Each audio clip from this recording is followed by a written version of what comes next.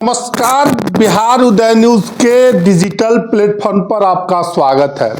दोस्तों, आज हम बात करने वाले हैं तेजस्वी यादव की जो योजना लॉन्च हुई है और चुनाव से पहले उन्होंने तमाम तरह के जो वादे किए हैं कि हम चुनाव जीतेंगे अगर 2025 का विधानसभा चुनाव, तो उसमें हम 2000 महिलाओं को हम पेंशन देंगे और साथ साथ 400 का जो पेंशन है उसको 1500 करेंगे और बहुत सारे बातें हैं। और इस पर हम बात करेंगे। हमारे साथ एडिटर इन चीफ बिहार एक सोच के हिमांशु सिंह जी हैं।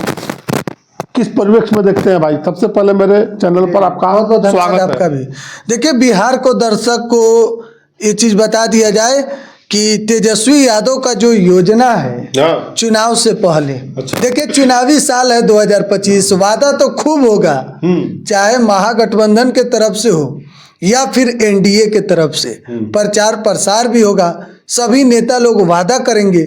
लेकिन तेजस्वी यादव जिस तरीके से माई बहन योजना को लेकर 2500 रुपए प्रत्येक माह देने का वादा किया, आपने 2000 कहा था, तो वह 2500 रुपया है। 2500 जी। और दूसरा है कि 400 से जो विधवा पेंशन, विकलांग है पेंशन जो है उसको 1500 करने का वादा तेजस्वी ने किया है। तीसरा, 200 यूनिट बिजली मुफ्त। अब देखिए, इतना ही से काम नहीं चलेगा। तेजस्वी यादव ने साफ तौर पर इस बार भाई कह दिया है कि नेता का परिक्रमा जो नेता करेंगे, मीटिंग में भी कह दिए पटना में, तो उससे हम टिकट नहीं देने वाले हैं। इस बार टिकट मिलेगा ठोक ठका कर, ठोक बजा कर और जनता के बीच में रहने वालों को। तो यानी कि जिस विधानसभा में जिसका प्रभाव, जिसका दबदबा ज्यादा है, उसको वहां से इस बार आरजेडी टिकट देने वाली है। तेजस्वी यादव ने यह भी कहा कि किसी नेता के फोन घुमाने से, किसी नेता के फोन करने से टिकट नहीं देंगे हम। इस बार हम टिकट देंगे सर्वे कराकर। अच्छा, सर्वे होगा कि कौन जनता के बीच में है, कौन जनता से बाहर रहता है। जीत के बाद जनता से जितने लोग बाहर रहे हैं उनका अब नींद उड़ गया है कि कहीं भाई तेजस्वी यादव हमें टिकटवा ना काट दे। अब पटना में देखिएगा, नेता लोग के गाड़ी का चक्का पार्टी के जो दफ्तर है वहाँ अंदर बाहर हो रहा है, तो उससे भी काम नहीं चलने वाला है। तो यानी कि एक शब्द में समझिए कि परिक्रमा करने से टिकट इस बार आरजेडी तो नहीं देने वाली। जो जनता का परिक्रमा करेगा टिकट उसी को मिलेगा। यानी कि सीधा तौर बात है कि जनता के बीच में जाइए, जनता के बीच में रहिए, तो आपको किसी पैरवी का, किसी नेता के फोन का जरूरत नहीं होगा, आपको टिकट मिलेगा। अब देखिए, 2020 में तेजस्वी यादव मात्र 12,000 वोट से उनकी सरकार नहीं बन पाई विधानसभा। जी, टोटल। तो विधानसभा में कोई बहुत बड़ा, तो एक पंचायत से हो जाता है, 2 पंचायत से उतना हो जाता। तो तेजस्वी इस बात को समझ गए कि भाई 2020 में तो हम गड़बड़ा गए, 25 ना गड़बड़ाए के चाहिए। 25 अगर गड़बड़ा गए तो फिर मौका मिली कि ना मिली कोई ठीक नहीं है। अच्छा, तो इसीलिए तेजस्वी यादव जो है वह लोगों के बीच में जा रहे हैं। कार्यकर्ता दर्शन संवाद कार्यक्रम, कार्यकर्ता का दर्शन कर रहे हैं और संवाद कर रहे हैं, बातचीत कर रहे हैं कि बताइए क्या दिक्कत है आपके क्षेत्र में, खड़ा होइए जी। तो इस तरीके का अगर एक सोचिए, जो बिहार के 2 बार डिप्टी सीएम रह चुके हैं, पार्टी के सर्वोसर्वा है लालू यादव के छोटे लाल है तेजस्वी यादव। और वो जब अगर किसी पंचायत स्तर के नेता से, बूथ स्तर के नेता से, जिससे ढंग से एगो विधायक बात नहीं करता है, अगर उसको नेता प्रतिपक्ष कहे कि खड़ा होइए, अब बताइए क्या दिक्कत है, क्या समस्या है आपके क्षेत्र में, वो बताएगा जो नेताजी समस्या है माइक लेके।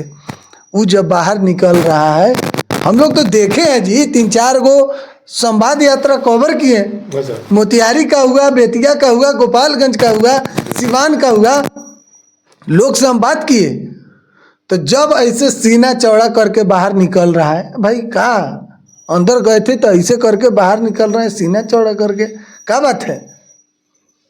तो कह रहा है कि तेजस्वी यादव से हम बात किए हैं। अच्छा, अब जरा आप सोचिए कहा जाता है कि जिस पार्टी का कार्यकर्ता बोलता है ना जब चुनाव जीता है। वोट बरसता है। अच्छा। तेजस्वी यादव उसी कड़ी को मजबूत करने निकले हैं। पार्टी के रीढ़ का हड्डी होता है कार्यकर्ता, तो उस रीढ़ के हड्डी को मजबूत करने तेजस्वी निकले हैं। और अब बहुत लोग कह रहे हैं कि लालू यादव बैकफुट पर है। अच्छा। उनको ये पते नहीं है कि लालू यादव राजनीति के भीष्म पितामह है। लालू यादव के राजनीति को समझना बहुत मुश्किल है, निमन लोग नहीं समझ पाता है। तो लालू यादव ही न रोड मैप बनाए हैं। अच्छा। लालू यादव का ये सब तैयारी है। अच्छा। कि भाई आप ऐसे कीजिए तेजस्वी जी, आप इस तरीके कीजिए, जनता के बीच में जाइए, कार्यकर्ता से मिलिए। देखिए क्या होता था कि बड़े नेता और कार्यकर्ता के बीच का गैप रह जाता है, उसको खत्म करने के लिए, उसको नजदीकी करने के लिए कि कार्यकर्ता समझे कि नहीं नेता हमारे साथ हैं, उनका एक एक बात सुनने के लिए इस तरीके का कार्यक्रम हो रहा है। तो जाहिर सी बात है इसका असर चुनाव में देखने को मिलेगा। आरजेडी तैयारी भी पूरी कर रही है, तेजस्वी यादव भी जन संवाद यात्रा कर रहे हैं।